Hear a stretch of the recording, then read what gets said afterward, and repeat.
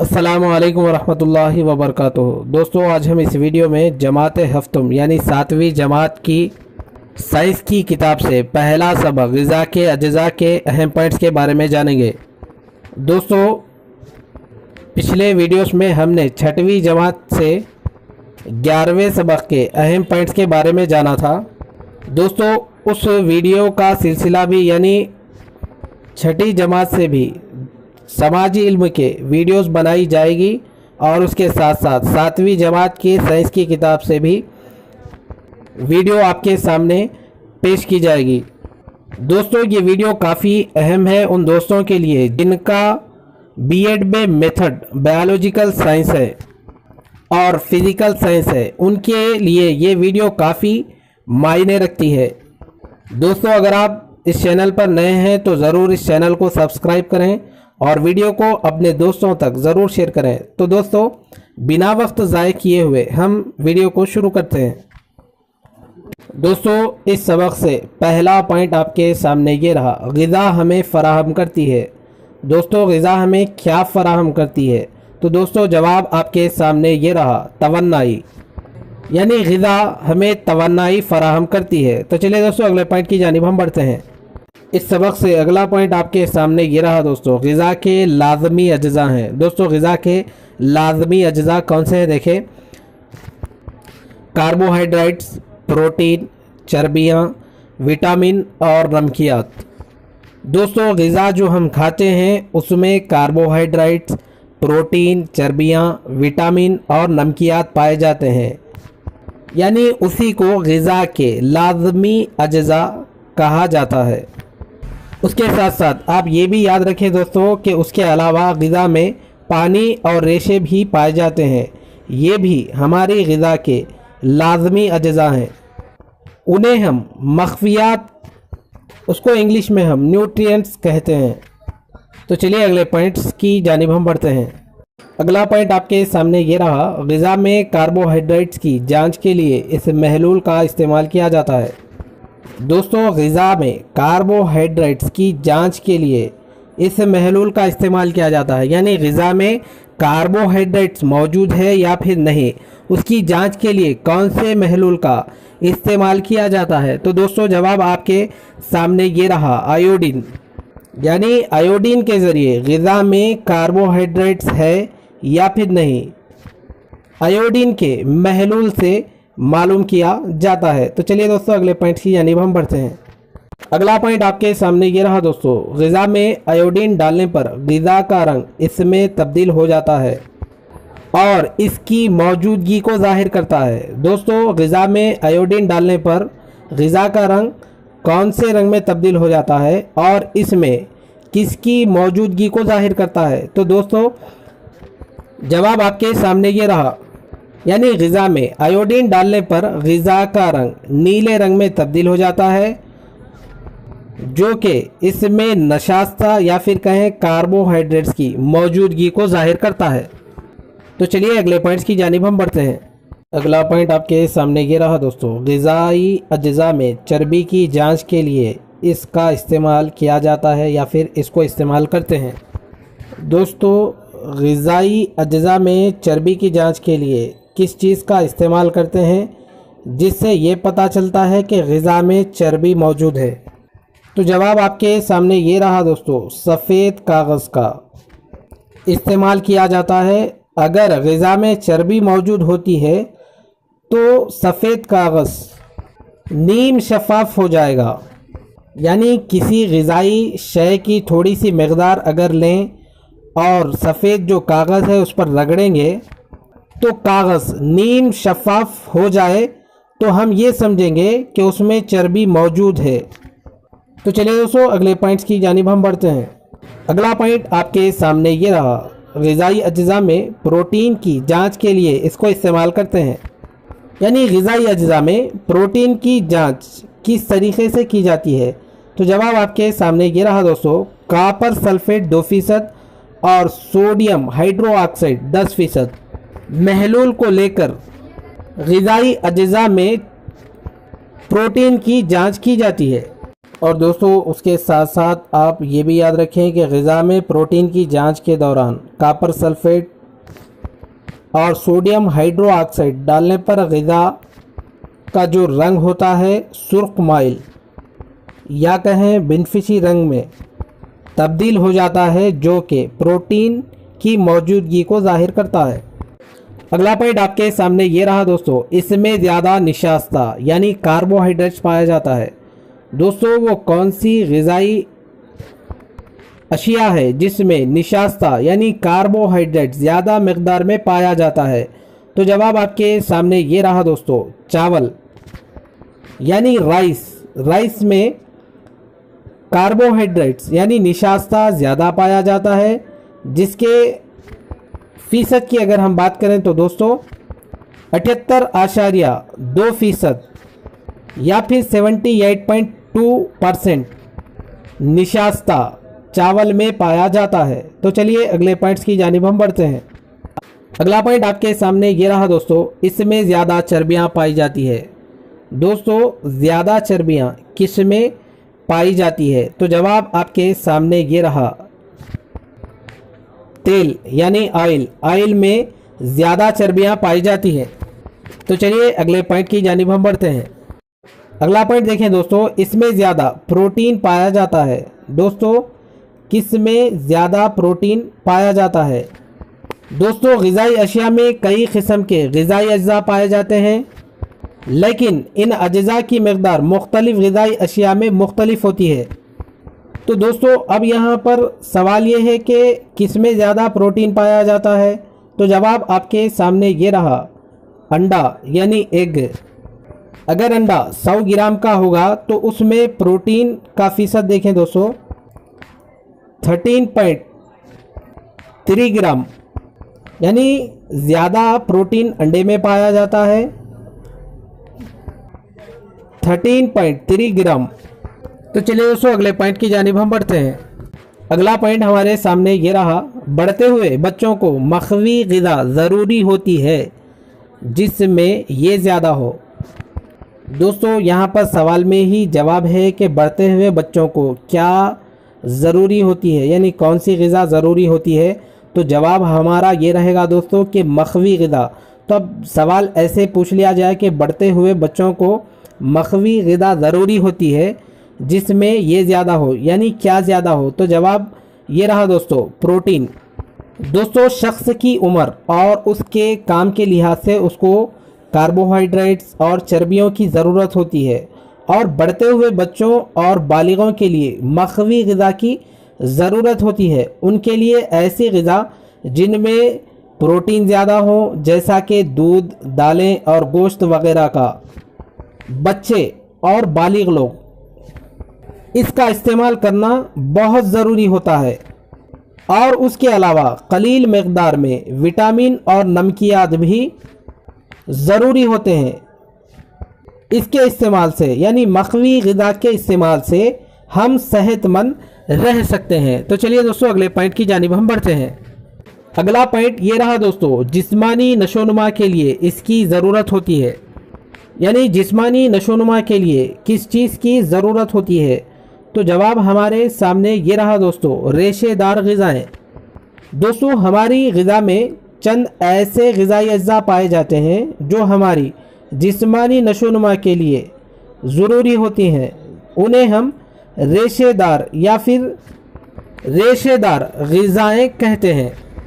दोस्तों अच्छे से ज़हन में रखें कि हमारे ग़िज़ा में चंद ऐसे ग़िज़ाई अज्जा पाए जाते हैं जो हमारी जिस्मानी नशोनुमा के लिए ज़रूरी होते हैं। उन्हें रेशेदार ग़िज़ाई अज्जा कहा जाता है। तो चलिए अगले पॉइंट्स की जानिब हम बढ़ते हैं। अगला पॉइंट आपके सामने ये रहा दोस्तों, तुराई, भेंडी, सेम, मटर, कद्दू, पालक, उबला हुआ रतालू है या फिर ये है। दोस्तों तुराई, भेंडी, सेम, मटर, कद्दू, पालक, उबला हुआ रतालू ये क्या कहलाते हैं? जवाब आपके सामने ये रहा दोस्तों, रेशेदार ग़िज़ाएँ।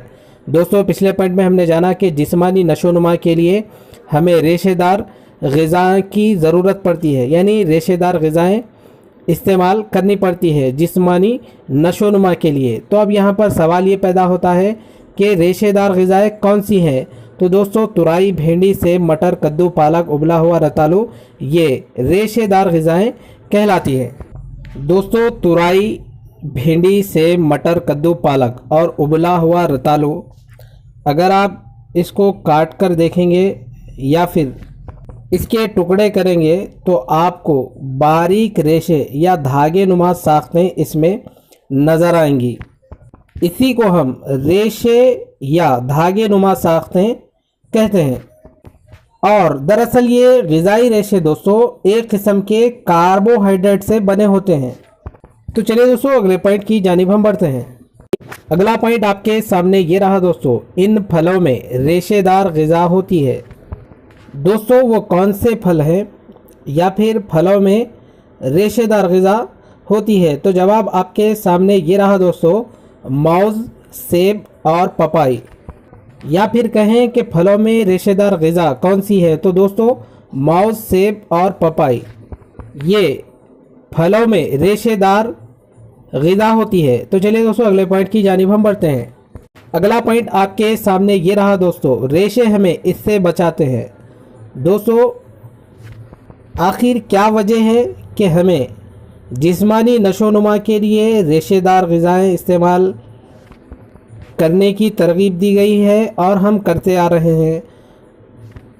तो दोस्तों रेशेदार ग़िज़ा का इस्तेमाल करने से या फिर रेशेदार ग़िज़ा हमें किस चीज़ से बचाते हैं? तो जवाब आपके सामने ये रहा दोस्तों, कब्ज़। दोस्तों रेशे हमें कब्ज़ से बचाते हैं। तो चलिए दोस्तों अगले पॉइंट की जानिब हम बढ़ते हैं। अगला पॉइंट आपके सामने ये रहा, ग़िज़ाई रेशे इसमें मदद देते हैं। दोस्तों ग़िज़ाई रेशे किस चीज़ में मदद देते हैं? तो जवाब आपके सामने ये रहा, ग़िज़ा को आंतों में गुज़रने। दोस्तों ग़िज़ाई रेशे एक किस्म के कार्बोहाइड्रेट से बने होते हैं जो नाकाबिले हज़म होते हैं और ग़िज़ा को आंतों में से गुज़रने में मदद देते हैं और ये रेशे हमें कब्ज़ से बचाते हैं। तो चलिए दोस्तों अगले पॉइंट की जानिब हम बढ़ते हैं।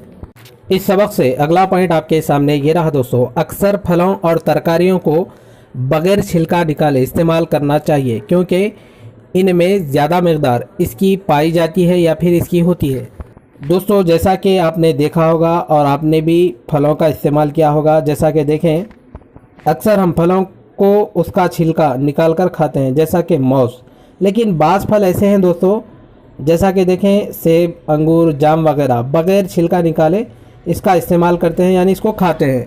तो दोस्तों अब यहाँ पर सवाल ये पूछा गया है कि अक्सर फलों और तरकारियों को बग़ैर छिलका निकाले इस्तेमाल करना चाहिए, उसकी वजह क्या है? तो दोस्तों जवाब आपके सामने ये रहा दोस्तों, इनमें रेशों की मकदार ज़्यादा होती है यानी छिलके में रेशे की मकदार ज़्यादा होती है, यानी फलों और तरकारियों को बग़ैर छिलका निकाले इस्तेमाल करना चाहिए क्योंकि इनमें रेशों की मकदार ज़्यादा होती है। तो दोस्तों हमको चाहिए कि हम हमारी ग़िज़ा में रेशेदार ग़िज़ा को भी शामिल करें। तो चलिए अगले पॉइंट्स की जानिब हम बढ़ते हैं। इस सबक से अगला पॉइंट आपके सामने ये रहा, रेशे हमें इस अमल में मदद देते हैं। दोस्तों रेशे हमें किस अमल में मदद देते हैं? तो जवाब आपके सामने ये रहा, हाज़िमे, यानी रेशे हमें हाज़िमे के अमल में मदद देते हैं। तो चलिए अगले पॉइंट्स की जानिब हम बढ़ते हैं। अगला पॉइंट देखें, रेशे इससे बने होते हैं जो नाकाबिले हज़म है। दोस्तों पिछले पॉइंट्स में मैंने इसका जिक्र भी किया, लेकिन आप इसको अच्छे से ज़हन में रखें कि रेशे किससे बने होते हैं जो नाकाबिले हज़म है। तो जवाब आपके सामने ये रहा, कार्बोहाइड्रेट्स, यानी ग़िज़ाई रेशे एक किस्म के कार्बोहाइड्रेट से बने होते हैं जो नाकाबिले हज़म होते हैं। तो चलिए अगले पॉइंट्स की जानिब हम बढ़ते हैं। अगला पॉइंट देखें दोस्तों, ग़िज़ा को हाज़मी नाली में बाआसानी हरकत करने में मदद देता है। दोस्तों ग़िज़ा को हाज़मी नाली में बाआसानी से हरकत करने में कौन मदद देता है या फिर कौन मदद करता है? जवाब आपके सामने ये रहा दोस्तों, पानी। दोस्तों आप उसके साथ साथ पिछले पॉइंट में आप ये भी जोड़ लें कि फलों और तरकारियों को बग़ैर छिलका निकाले इस्तेमाल करना चाहिए क्योंकि उनमें ज़्यादा मकदार रेशों की होती है। लेकिन दोस्तों ज़राअत में आजकल की ज़राअत में दोस्तों कई नुकसानदा हशरात कुछ दवाओं का इस्तेमाल बहुत ज़्यादा हो रहा है, यानी हशरात को या फिर कहें कीड़े मार दवाओं का बहुत ज़्यादा इस्तेमाल हो रहा है। अगर हम दोस्तों उन फलों को बग़ैर छिलका निकाले हुए ही इस्तेमाल करेंगे तो ये फल हमें फ़ायदा देने के बजाय नुकसानदा साबित होंगे। तो दोस्तों इन फलों को या फिर इन तरकारियों को बग़ैर छिले हुए खाने से पहले उन्हें नमक के पानी से अच्छी तरह धो लेना चाहिए। तो चलिए दोस्तों अगले पॉइंट की जानिब हम बढ़ते हैं। इस सबक से अगला पॉइंट आपके सामने ये रहा, ऐसी ग़िज़ा को मुतवाज़न ग़िज़ा कहते हैं जिसमें ये हो। दोस्तों वो कौन सी ग़िज़ा है जिसको मुतवाज़न ग़िज़ा कहते हैं और जिसमें ये होता है या फिर ये पाया जाता है? तो जवाब आपके सामने ये रहा दोस्तों, कार्बोहाइड्रेट्स और प्रोटीन निस्बतन ज़्यादा होता है। और दूसरा देखें दोस्तों, चर्बियाँ, विटामिन और नमकियात मुनासिब मकदार में हो, उसको या फिर ऐसी ग़िज़ा को मुतवाज़न ग़िज़ा कहते हैं। दोस्तों ऐसी ग़िज़ा जिसमें कार्बोहाइड्रेट्स, प्रोटीन निस्बतन ज़्यादा हो और चर्बियाँ, विटामिन और नमकियात मुनासिब मकदार में मौजूद हो, मुतवाज़न ग़िज़ा कहलाते हैं। और दोस्तों ऐसी ग़िज़ा का इस्तेमाल करना हमें बेहद ज़रूरी है। तो चलिए अगले पॉइंट्स की जानिब हम बढ़ते हैं। अगला पॉइंट हमारे सामने ये रहा, खुश्क मेवेजात जिस्म के लिए ये बख्शते हैं। दोस्तों खुश्क मेवाजात जो होता है यानी ड्राई फ्रूट जिस्म के लिए क्या बख्शते हैं? तो दोस्तों पहले ये समझ लें कि खुश्क मेवाजात कौन से हैं। खजूर, पिस्ता, काजू, बादाम, किशमिश, फली वगैरह ये तमाम खुश्क मेवेजात हैं। ये जिस्म को क्या बख्शते हैं? तो जवाब आपके सामने ये रहा दोस्तों, सेहत व ताकत। तो दोस्तों इन्हें हम अपनी ग़िज़ा में शामिल करना चाहिए और इन मेवेजात का कलील मकदार में खाने के लिए इस्तेमाल करना बहुत ही अच्छी बात है। तो दोस्तों हमें अपनी ग़िज़ा को मुतवाज़ी ग़िज़ा बनाना चाहिए। रोज़ाना मुनासिब मकदार में सब्ज़ और कच्ची तरकारियाँ जैसा कि उसके साथ साथ अजनास, दालें और दूध को अपनी ग़िज़ा में शामिल करना चाहिए। और उसके साथ साथ दोस्तों चर्बियाँ जैसा कि तेल, घी और मस्का वगैरह जो भी या फिर कहें जिसका मैंने अभी ज़िक्र किया, इसका कलील मकदार में इस्तेमाल करना चाहिए। तो चलिए दोस्तों अगले पॉइंट की जानिब हम बढ़ते हैं। अगला पॉइंट आपके सामने ये रहा दोस्तों, ग़िज़ा के मख़फ़ियात इसकी वजह से ज़ाय होते हैं, यानी ग़िज़ा में जो मौजूद मख़फ़ियात होते हैं दोस्तों किसकी वजह से ज़ाय होते हैं? तो जवाब आपके सामने ये रहा दोस्तों, ग़िज़ा को काट कर धोने या फिर ज़्यादा उबालने, भुनने और तलने वगैरह की वजह से ग़िज़ा में के मख़फ़ियात ज़ाय हो जाते हैं। दोस्तों उसके साथ साथ आप ये भी याद रखें कि साइंसदानों ने तहक़ीक़ की है कि हकीकतन मुतवाज़न ग़िज़ा सस्ती होती है, यानी मुख्तलिफ़ साइंसदानों ने तहक़ीक़ की है और इससे ये पता चला है कि मुतवाज़न ग़िज़ा को हर कोई हासिल कर सकता है, यहाँ तक कि मुफलिस भी इसका इस्तेमाल कर सकता है। तो दोस्तों ग़िज़ाई अशिया को ज़्यादा उबालने, तलने, भुनने और बार बार गर्म करने से इनमें मौजूद ग़िज़ाई अज्जा तल्फ़ हो जाते हैं और इस तरह तरकारियों को काट कर टुकड़े करने के बाद धोने से उनमें मौजूद मख़फ़ियात भी ज़ाय हो जाते हैं। तो चलिए दोस्तों अगले पॉइंट की जानिब हम बढ़ते हैं। अगला पॉइंट हमारे सामने ये रहा दोस्तों, इस किस्म की ग़िज़ा का ज़्यादा इस्तेमाल ना करें।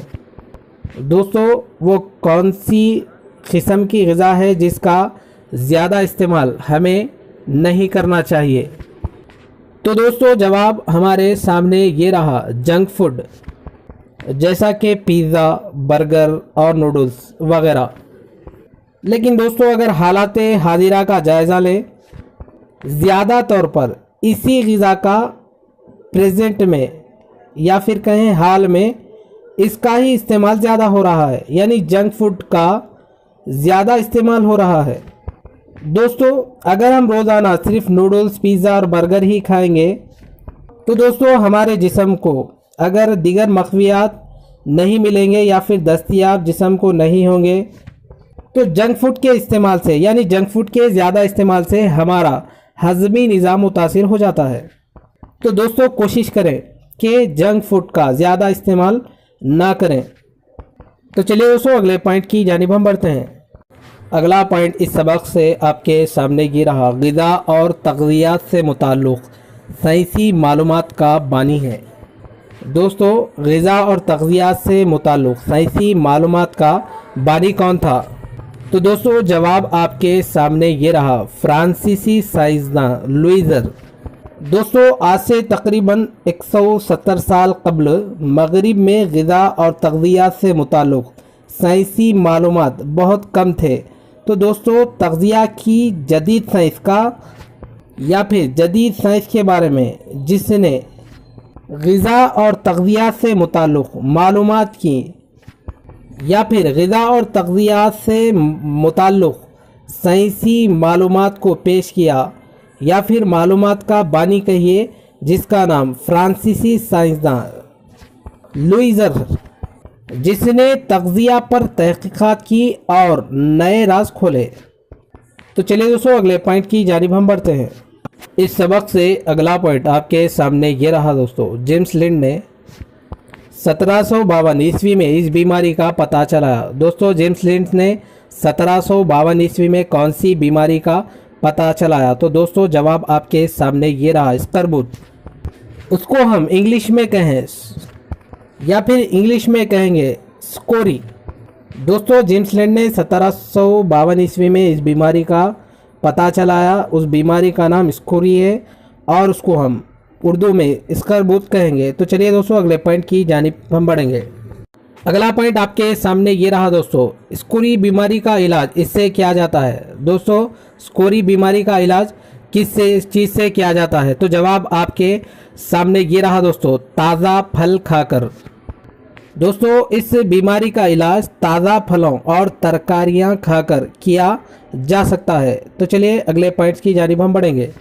इस सबक से अगला पॉइंट आपके सामने ये रहा दोस्तों, किस सदी में पता चला कि हमारे जिस्म के लिए कार्बोहाइड्रेट्स, प्रोटीन और चर्बियाँ जैसे अहम अज्जा की ज़रूरत होती है। दोस्तों वो कौन सी सदी थी जिसमें हमें ये पता चला था कि हमारे जिस्म के लिए कार्बोहाइड्रेट्स, प्रोटीन और चर्बियाँ जैसे अहम अज्जा की ज़रूरत होती है? तो दोस्तों सदी कौन सी थी? तो जवाब आपके सामने ये रहा दोस्तों, 19वीं सदी। यानी 19वीं सदी में पता चला कि हमारे जिस्म के लिए कार्बोहाइड्रेट्स, प्रोटीन और चर्बियाँ जैसे अज्जा की ज़रूरत होती है। तो चलिए अगले पॉइंट्स की जानिब हम बढ़ते हैं। इस सबक से अगला पॉइंट आपके सामने ये रहा दोस्तों, जंक फूड के इस्तेमाल से ये निज़ाम मुतासिर होता है। दोस्तों पिछले पॉइंट्स में हमने जिक्र भी किया था कि जंक फूड के ज़्यादा इस्तेमाल से कौन सा निज़ाम मुतासिर होता है, फिर भी इसको आप अच्छे से ज़हन में रखें, जंक फूड के इस्तेमाल से ये निज़ाम मुतासिर होता है। तो जवाब आपके सामने ये रहा दोस्तों, हाज़मी निज़ाम, यानी जंक फूड के ज़्यादा इस्तेमाल से हाज़मी निज़ाम मुतासिर होता है। तो चलिए अगले पॉइंट्स की जानिब हम बढ़ते हैं। अगला पॉइंट आपके सामने ये रहा दोस्तों, जिस्मानी नशोनुमा में ये मदद देते हैं। दोस्तों जिस्म के नशोनुमा में क्या चीज़ मदद देते हैं? तो जवाब आपके सामने ये रहा दोस्तों, प्रोटीन, यानी प्रोटीन्स जिस्मानी नशोनुमा में मदद देते हैं। तो चलिए अगले पॉइंट्स की जानिब हम बढ़ते हैं। दोस्तों इस सबक का आखिरी पॉइंट आपके सामने ये रहा, चर्बियाँ और तेल फराहम करते हैं।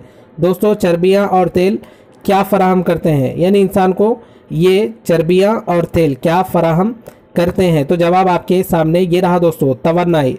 दोस्तों चर्बियाँ और तेल इंसान को तवन्नाई फराहम करते हैं, लेकिन दोस्तों चर्बियाँ और तेल का ज़्यादा इस्तेमाल अगर इंसान करता है तो फैट बढ़ जाता है, यानी मोटापा आ जाता है। तो दोस्तों चर्बियाँ और तेल का वाफर मकदार में यानी कलील मकदार में ही इसका इस्तेमाल करना चाहिए। तो चलिए दोस्तों ये थे 7वीं जमात के साइंस किताब से पहले सबक के अहम पॉइंट्स जो मैंने आपके सामने रखे। इंशाल्लाह फिर हमारी अगली वीडियो में मुलाकात होगी। अस्सलामु अलैकुम, अल्लाह हाफिज़।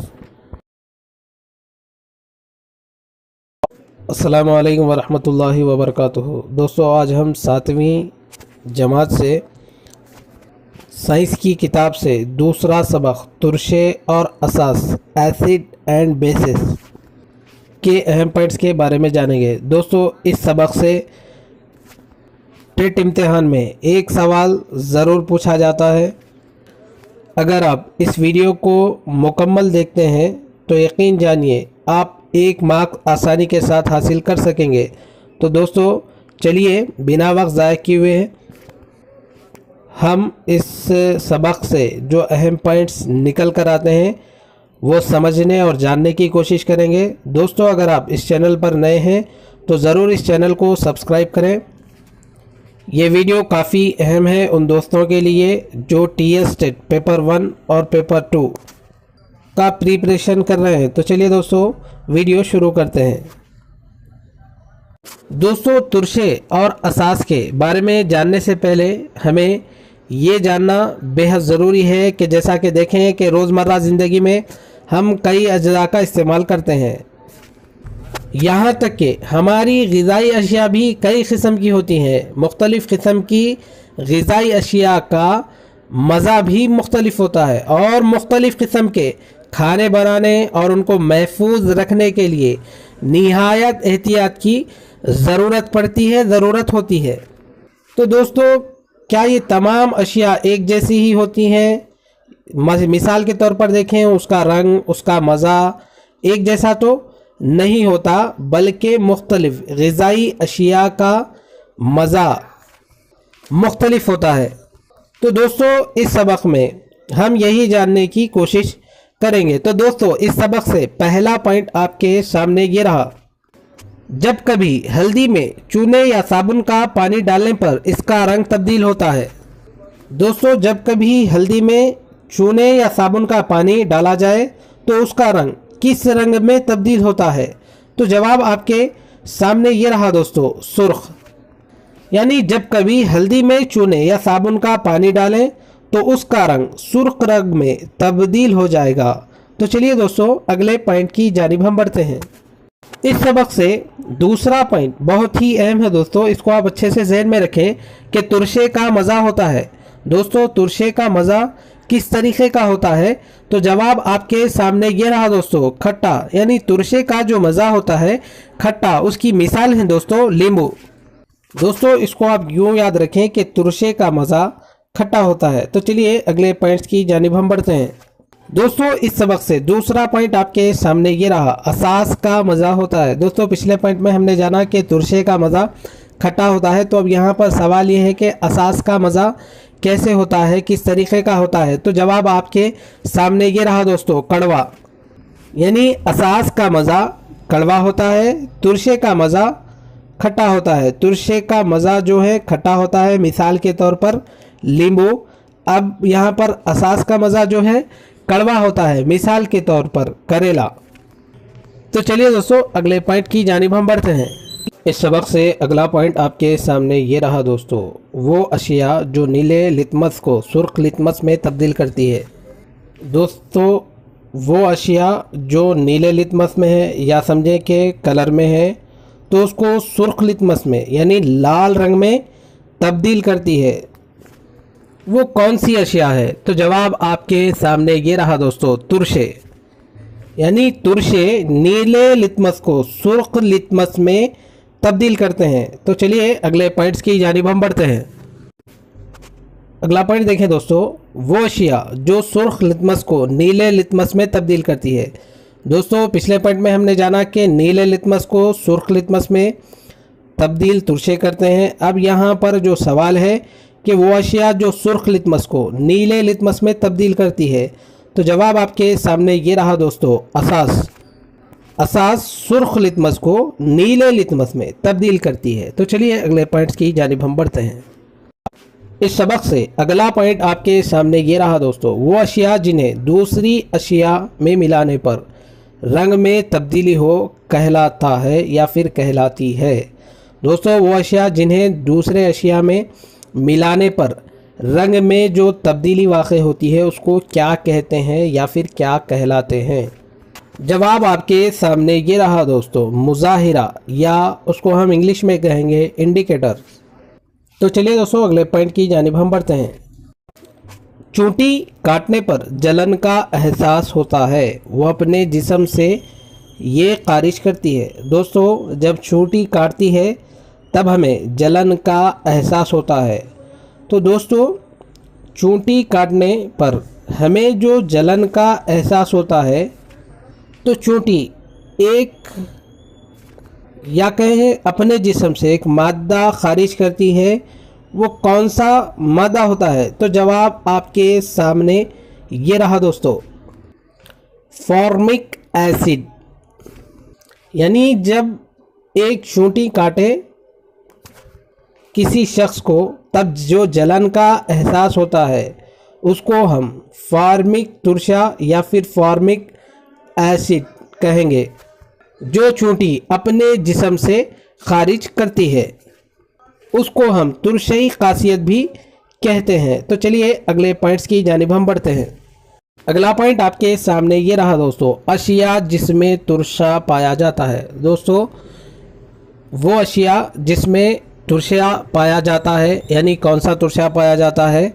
तो दोस्तों जवाब आपके सामने ये रहा। दोस्तों आप इसको अच्छे से जहन में रखें कि यहाँ पर अशिया का नाम दिया गया है और यहाँ पर तुरशे यानी कौन सा तुरशा अशिया में मौजूद होता है, इसको यहाँ पर आपके सामने रखा गया है। आप इसको अशिया का नाम भी याद करें और तुरशे यानी अशिया में कौन सा तुरशा पाया जाता है, इसको आप अच्छे से जहन में रखें। ये बहुत ही इम्पॉर्टेंट है दोस्तों। तो चलिए अगले पॉइंट्स की जानिब हम बढ़ते हैं। अगला पॉइंट आपके सामने ये रहा दोस्तों, वो अशिया जो छूने पर साबुन के जैसा महसूस हो, ये खासियत रखती है। दोस्तों कोई भी अशिया हो छूने पर अगर साबुन के जैसा आपको महसूस होता है या फिर साबुन की खासियत उस अशिया में है, तो वो कौन सी खासियत रखती है? तो जवाब आपके सामने ये रहा दोस्तों, असासी खासियत। तो चलिए दोस्तों अगले पॉइंट की जानिब हम बढ़ते हैं। अगला पॉइंट आपके सामने ये रहा दोस्तों, चूने का पानी, गिलास साफ़ करने का महलूल, साबुन और मिल्क ऑफ मैग्नीशिया हैं। दोस्तों चूने का पानी, गिलास साफ़ करने का महलूल या कहें गिलास साफ़ करने वाला महलूल, साबुन, मिल्क ऑफ मैग्नीशिया, ये क्या है? तो जवाब आपके सामने रहा दोस्तों, असास। यानी चूने का पानी, गिलास साफ़ करने वाला महलूल, साबुन, मिल्क ऑफ मैग्नीशिया, ये असास है। तो चलिए अगले पॉइंट्स की जानिब हम बढ़ते हैं। अगला पॉइंट इस सबक से आपके सामने ये रहा दोस्तों, चूने के पानी में पाया जाता है। दोस्तों चूने के पानी में क्या पाया जाता है? जवाब आपके सामने ये रहा दोस्तों, कैल्शियम हाइड्रो ऑक्साइड। अगला पॉइंट देखें दोस्तों, गिलास साफ़ करने वाले महलूल में ये पाया जाता है या फिर ये होता है? तो जवाब आपके सामने ये रहा दोस्तों, अमोनियम हाइड्रो ऑक्साइड। दोस्तों चूने के पानी में कैल्शियम हाइड्रो ऑक्साइड पाया जाता है और गिलास साफ़ करने वाले महलूल में अमोनियम हाइड्रो ऑक्साइड पाया जाता है। तो चलिए अगले पॉइंट्स की जानिब हम बढ़ते हैं। अगला पॉइंट आपके सामने ये रहा दोस्तों, साबुन में पाया जाता है। दोस्तों पहले तो हमने जाना कि चूने का पानी, गिलास साफ़ करने वाला महलूल, साबुन, मिल्क ऑफ मैग्नीशिया, ये असास हैं यानी असासी खासियत रखते हैं। तो दोस्तों हमने जाना कि पिछले पॉइंट में चूने के पानी में कैल्शियम हाइड्रो ऑक्साइड पाया जाता है, गिलास साफ़ करने वाले महलूल में अमोनियम हाइड्रो ऑक्साइड पाया जाता है। तो अब यहाँ पर सवाल ये है कि साबुन में क्या पाया जाता है या फिर साबुन में पाया जाता है? तो जवाब आपके सामने ये रहा दोस्तों, पोटाशियम हाइड्रो ऑक्साइड और सोडियम हाइड्रो ऑक्साइड। साबुन में पोटाशियम हाइड्रो ऑक्साइड और सोडियम हाइड्रो ऑक्साइड पाया जाता है। तो चलिए अगले पॉइंट्स की जानिब हम बढ़ते हैं। इस सबक से अगला पॉइंट आपके सामने ये रहा दोस्तों, मिल्क ऑफ मैग्नीशिया इससे बना होता है। दोस्तों मिल्क ऑफ मैग्नीशिया किससे बना होता है? तो जवाब आपके सामने ये रहा दोस्तों, मैग्नीशियम हाइड्रो ऑक्साइड। यानी मैग्नीशियम हाइड्रो ऑक्साइड से मिल्क ऑफ मैग्नीशिया बना होता है। तो चलिए अगले पॉइंट्स की जानिब हम बढ़ते हैं।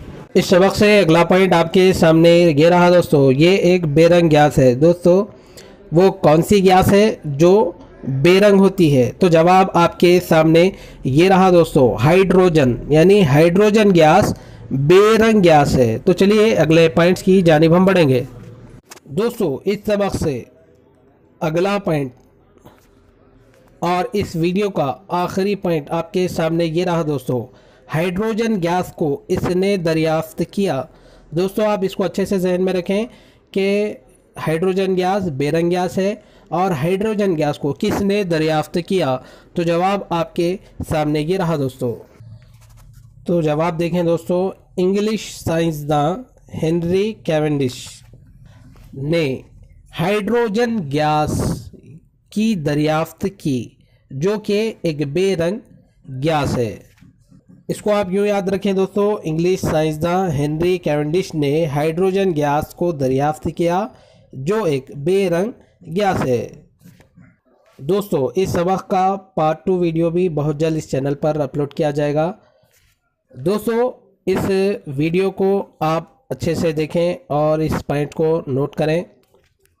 दोस्तों जमाते हफ्तुम की साइंस की किताब से सफ़ा नंबर 14 तक जो अहम पॉइंट्स हैं इस सबक के हमने आपके सामने रखे। दोस्तों अगर आपको सफ़ा नंबर 13 या फिर 12 या 11 या 11, 12, 13, 14 पर और कोई दूसरे अहम पॉइंट नज़र आते हैं तो दोस्तों आप कमेंट सेशन में ज़रूर बताएं। तो दोस्तों फिर हमारी अगली वीडियो में मुलाकात होगी। अस्सलामु अलैकुम, अल्लाह हाफिज़। अस्सलामु अलैकुम वरहमतुल्लाहि वबरकातुहू। दोस्तों आज हम 7वीं जमात से साइंस की किताब से दूसरा सबक तुरशे और असास के आज हम इस वीडियो में तमाम पॉइंट्स जानने की कोशिश करेंगे। दोस्तों ये सबक काफ़ी तवील होने के सबब हमने पिछली वीडियो में 20 पॉइंट या कहें निस्फ सबक के अहम पॉइंट्स जाने थे। तो दोस्तों और निस्फ हिस्सा इस सबक से बच गया था। तो दोस्तों ये सबक काफ़ी अहम है।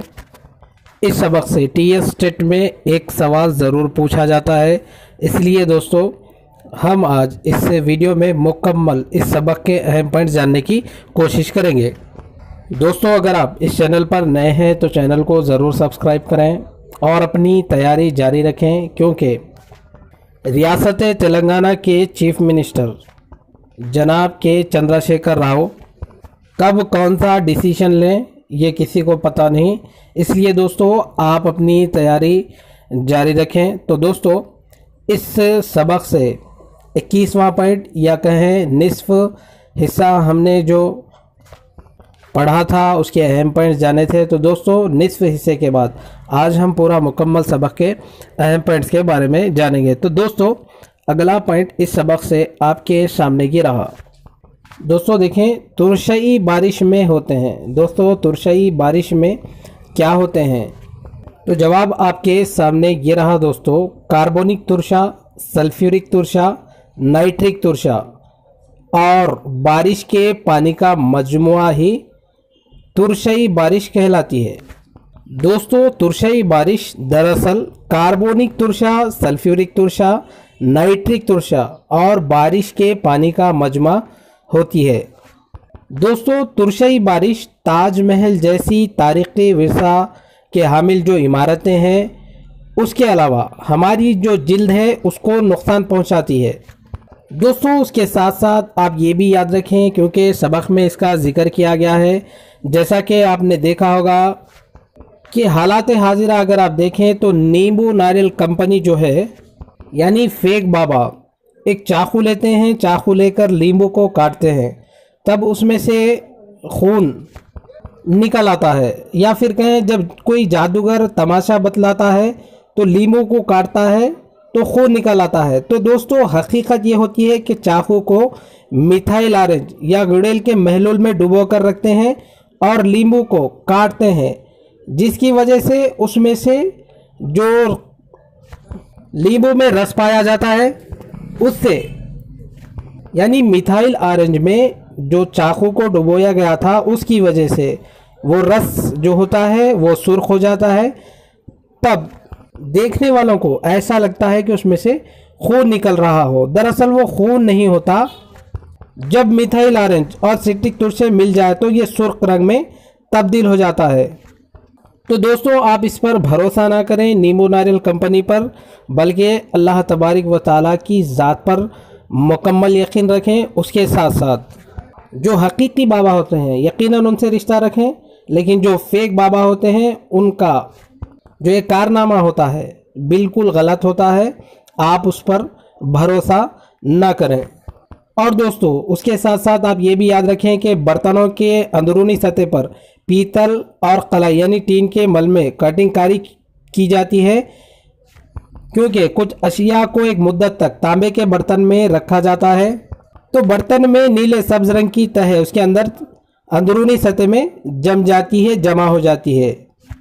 तो दोस्तों तांबा अशिया में मौजूदा तुरशों से तामुल करता है और नतीजन नीले सब्ज रंग की तह जम जाती है और ये हमारी सेहत के लिए नुकसानदा होती है। तो दोस्तों इस अमल को रोकने के लिए अंदरूनी सतह पर खलाई की मलमेकारी की जाती है। तो चलिए अगले पॉइंट्स की जानिब हम बढ़ते हैं। इस सबक से अगला पॉइंट आपके सामने ये रहा दोस्तों, तुरशई बारिश का अहम सबब है। दोस्तों जो तुरशई बारिश हो रही है उसका अहम सबब क्या है? पिछले पॉइंट में हमने जाना कि तुरशई बारिश में कार्बोनिक, सल्फ्यूरिक और नाइट्रिक तुरशा पाया जाता है, जो कि हमारे तारीख़ी जो इमारतें हैं, तारीख़ी विरसे हैं या तारीख़ी विरसे के हामिल इमारतों के अलावा हमारी जिल्द को भी तुरशई बारिश नुकसान पहुंचाती है। तो दोस्तों अब यहाँ पर सवाल ये है कि तुरशई बारिश में जो कार्बोनिक, सल्फ्यूरिक और नाइट्रिक तुरशा होता है, तब यहाँ पर सवाल ये पूछा गया है कि तुरशई बारिश जो होती है उसका अहम सबब क्या है, यानी उसके वजूहात क्या है। तो जवाब आपके सामने ये रहा दोस्तों। सनतों से नाकारा मादों का हवा में मिलना।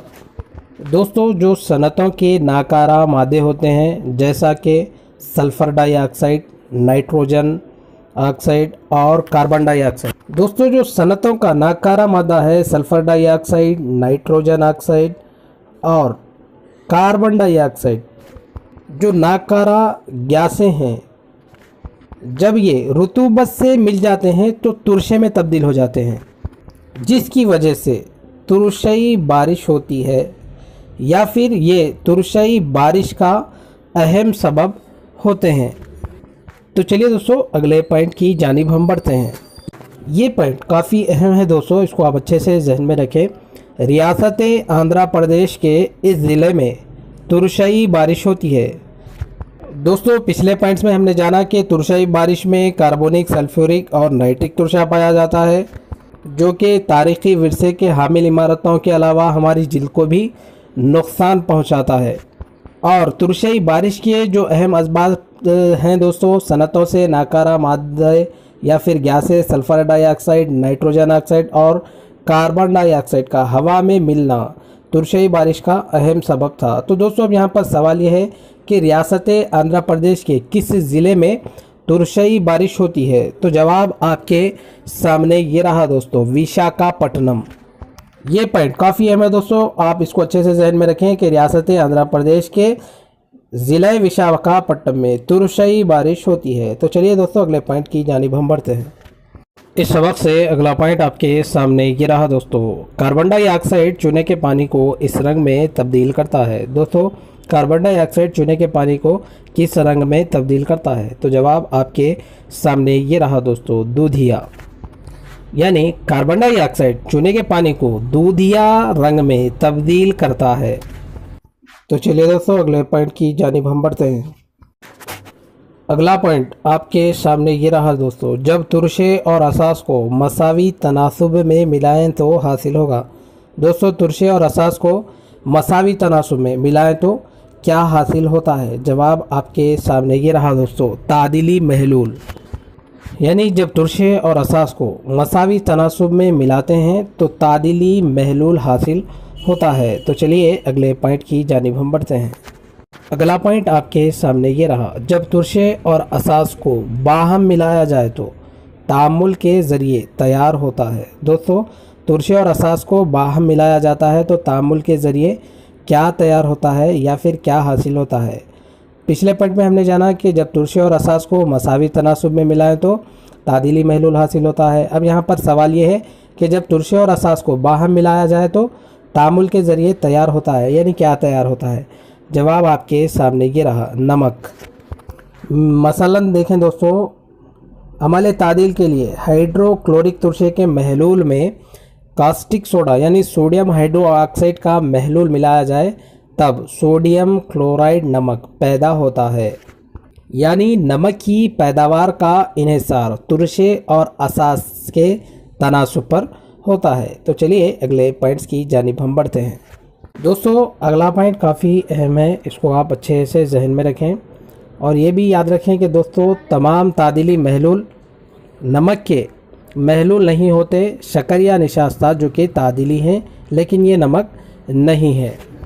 दोस्तों आप ये भी याद रखें कि हमारा जो पसीना होता है यानी नाकारा मादा है जो हमारे जिल्द के ज़रिए खारिज होता है, तो दोस्तों हमारे जिस्म को कई किस्म के नमक की ज़रूरत होती है। यानी हमारे जो जिस्म है उसको कई किस्म की नमक की ज़रूरत होती है। अमल इखराज यानी एक्सक्रीशन की वजह से हम कुछ नमक खो देते हैं, तो लिहाजा पसीना नमकीन होता है। दोस्तों जैसा कि आप यहाँ पर देख रहे हैं, इसको आप अलग अलग करके नोट्स बना लें। जैसा कि आप यहाँ पर देख रहे हैं तुरशे, असास, नमक। अब यहाँ पर देखें अचार की तैयारी। अचार की जो तैयारी है दोस्तों, एसिटिक तुरशा। उसके बाद देखें पुलिहोरा की तैयारी, सिट्रिक तुरशा। उसके बाद देखें ठंडे मशरूब, जो ठंडा मशरूब होता है दोस्तों उसकी तैयारी, कार्बोनिक तुरशा। यानी ठंडे जो मशरूब होते हैं कार्बोनिक तुरशे से तैयार किए जाते हैं। उसके बाद देखें सियाही के धब्बे दूर करना, ऑक्सिलिक तुरशा। उसके बाद देखें खाद, बैटरी, सल्फ्यूरिक तिरशा यानी सल्फ्यूरिक तिरशा। उसके बाद देखें अद्वियात, रंग, हाइड्रोक्लोरिक तुरशा, धमाकेदार अशिया, नाइट्रिक तुरशा। उसके बाद अगर हम असास में देखें ग्रीस के धब्बे यानी जो ग्रीस होता है उसके धब्बे दूर करने के लिए अमोनियम हाइड्रो ऑक्साइड। उसके बाद देखें साबुन जो पोटाशियम हाइड्रो ऑक्साइड और सोडियम हाइड्रो ऑक्साइड पर मुश्तमिल होता है। उसके बाद ये काफ़ी अहम पॉइंट है दोस्तों, इसको आप अच्छे से जहन में रखें। ब्लीचिंग पाउडर जो होता है उसमें कैल्शियम हाइड्रो ऑक्साइड होता है या फिर पाया जाता है। उसके बाद आगे देखें दोस्तों, आग बुझाने के आलात जिसमें अल्मुनियम हाइड्रो ऑक्साइड पाया जाता है।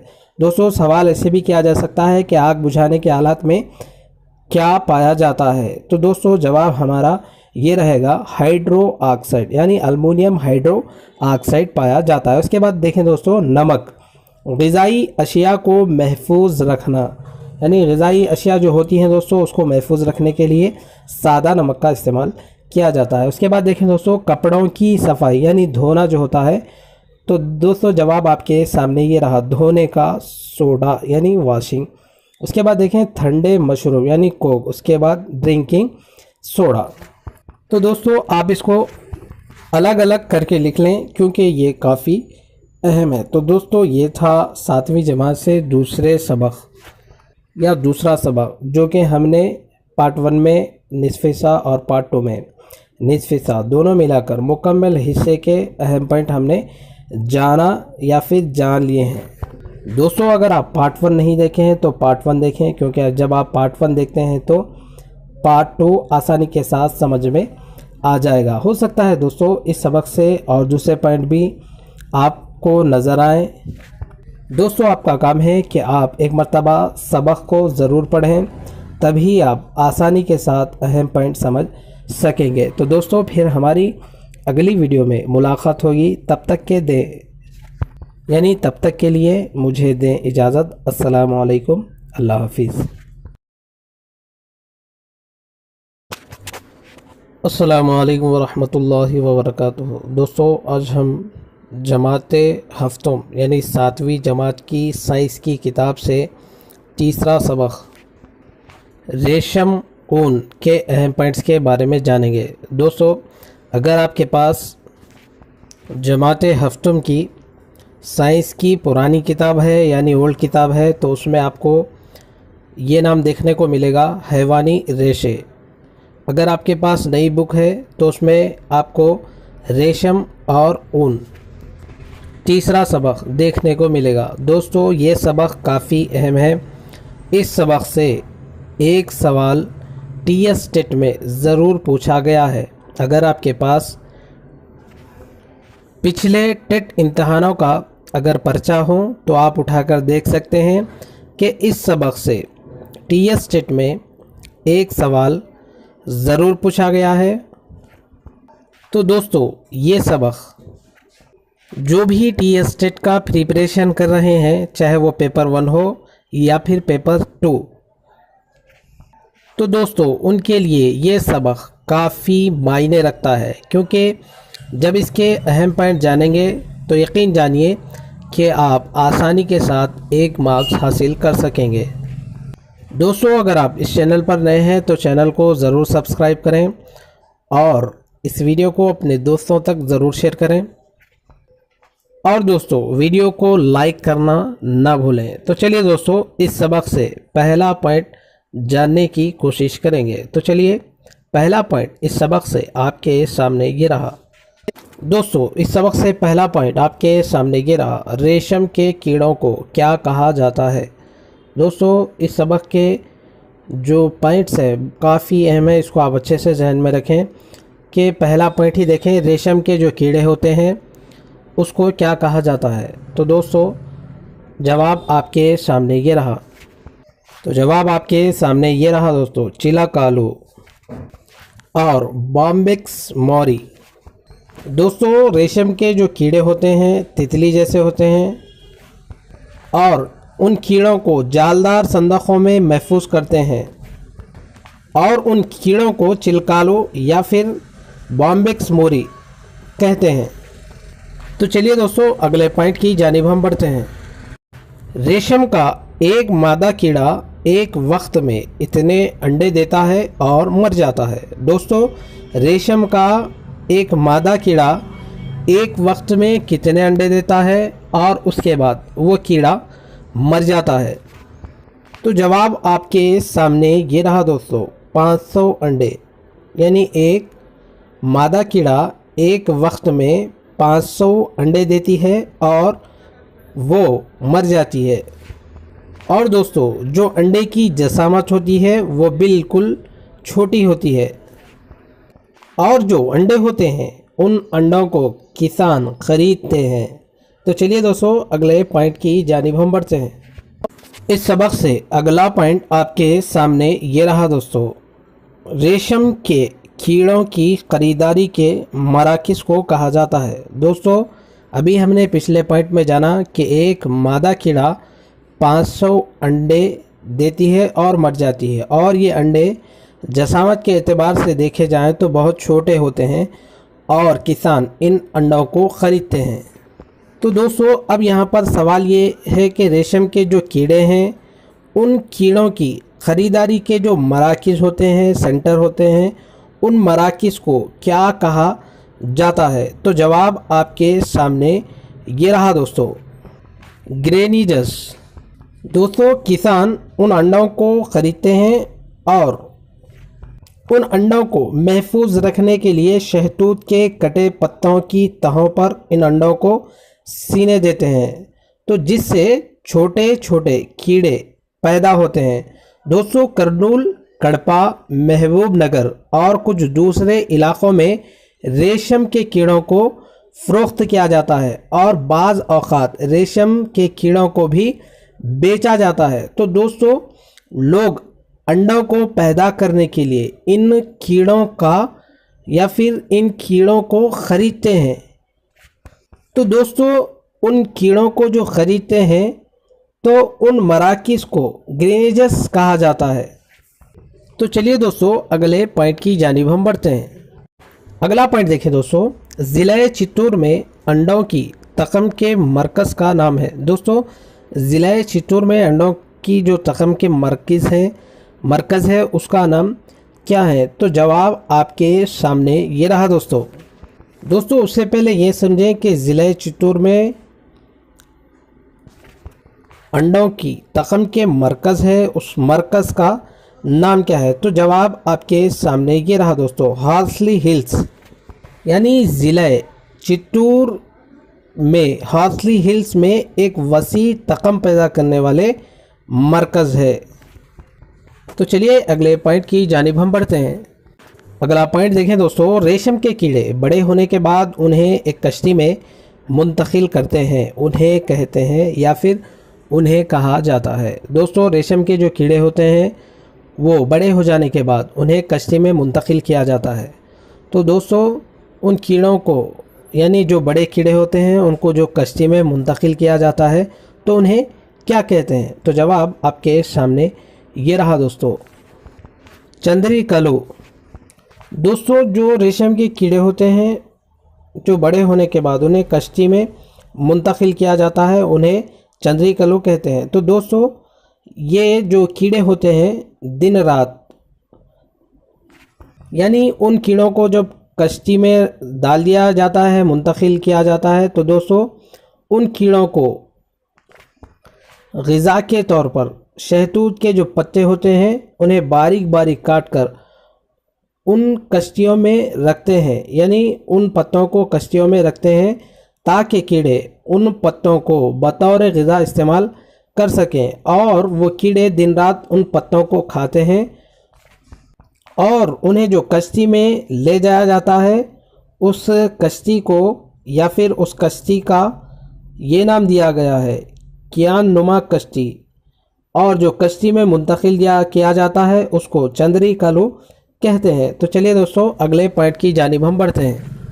दोस्तों उसके साथ साथ आप ये भी याद रखें कि अभी हमने जाना कि कश्ती में जो मुंतकिल किया जाता है उसको चंद्री कलू कहते हैं। तो दोस्तों 30 था 35 दिनों में जो कीड़े होते हैं हसरी पहली रूप यानी पत्ते खाना छोड़ देते हैं और वो एक मखसूस जगह जम जाते हैं।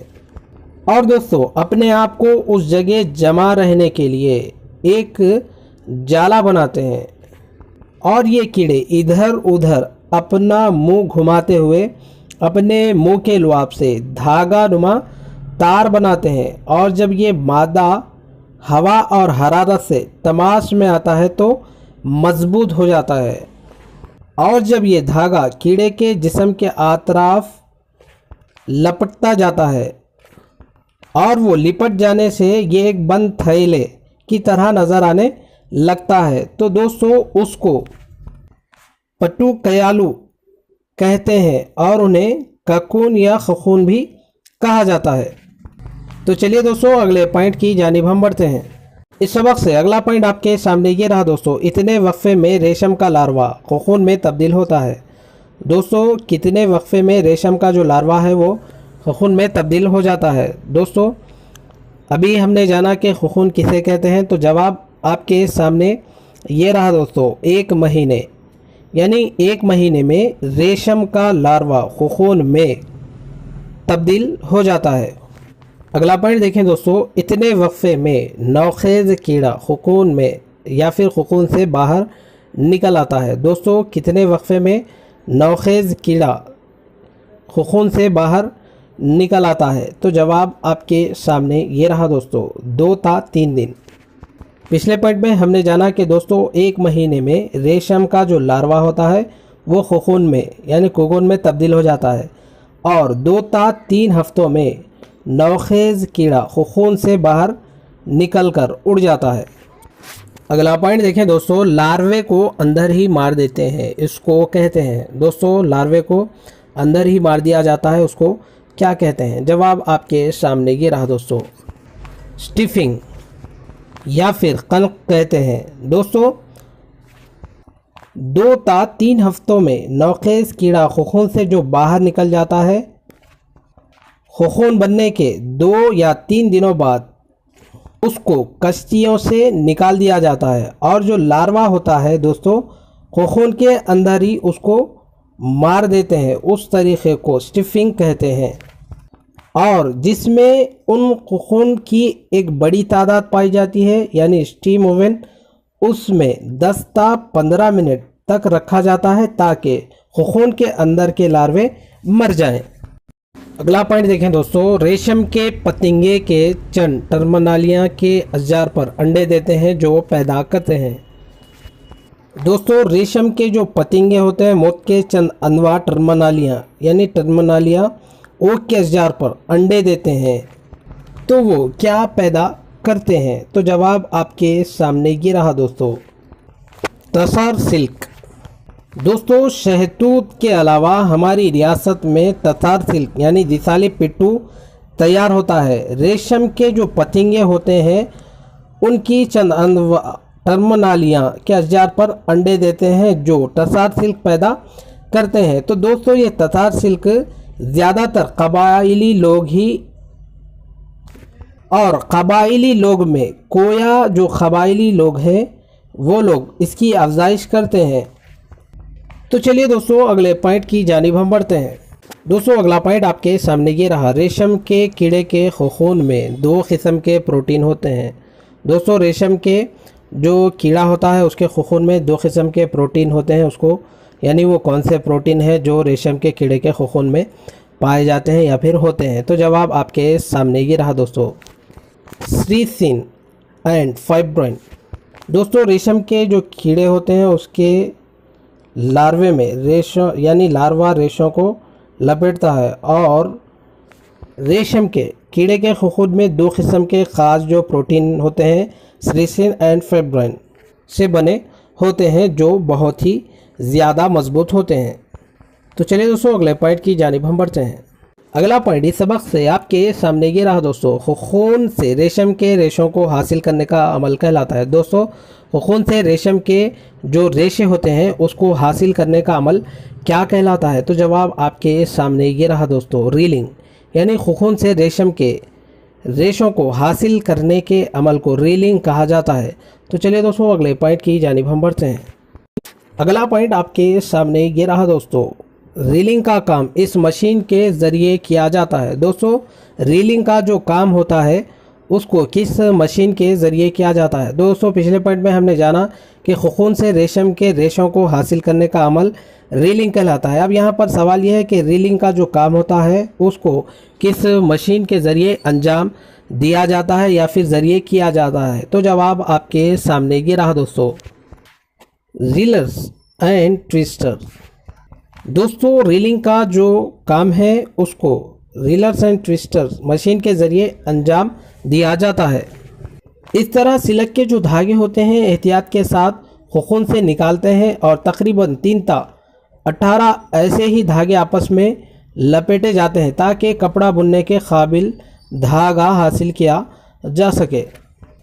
और जो धागा होता है उसको साफ़ किया जाता है और उन्हें सफाई यानी साफ़ करने के बाद रंग दिया जाता है।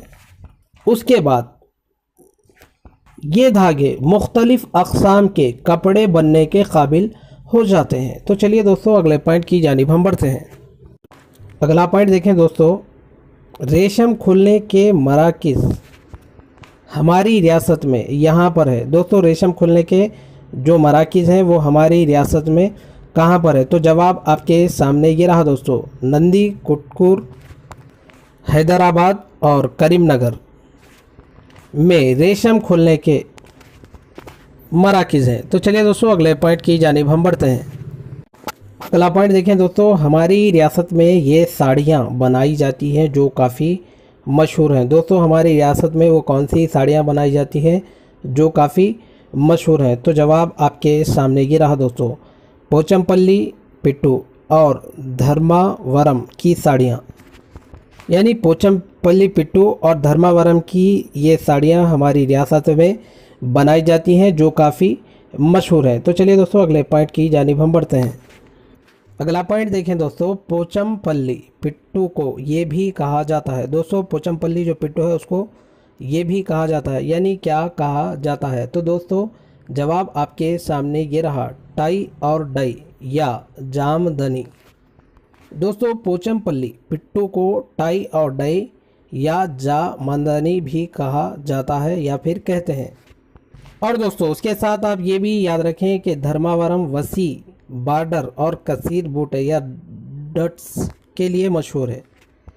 दोस्तों ये थे तीसरे सबक निस्फ हिस्से के अहम पॉइंट्स जो मैंने आपके सामने रखे। दोस्तों अगले पार्ट्स में हम मुकम्मल सबक के अहम पॉइंट्स के बारे में जानेंगे। तो दोस्तों आप अच्छे से इस पॉइंट्स को याद रखें और 1 या 2 मरतबा सबक को भी पढ़ें तभी ये पॉइंट्स आसानी के साथ आप समझ सकेंगे। तो चलिए दोस्तों, फिर हमारी अगली वीडियो में मुलाकात होगी।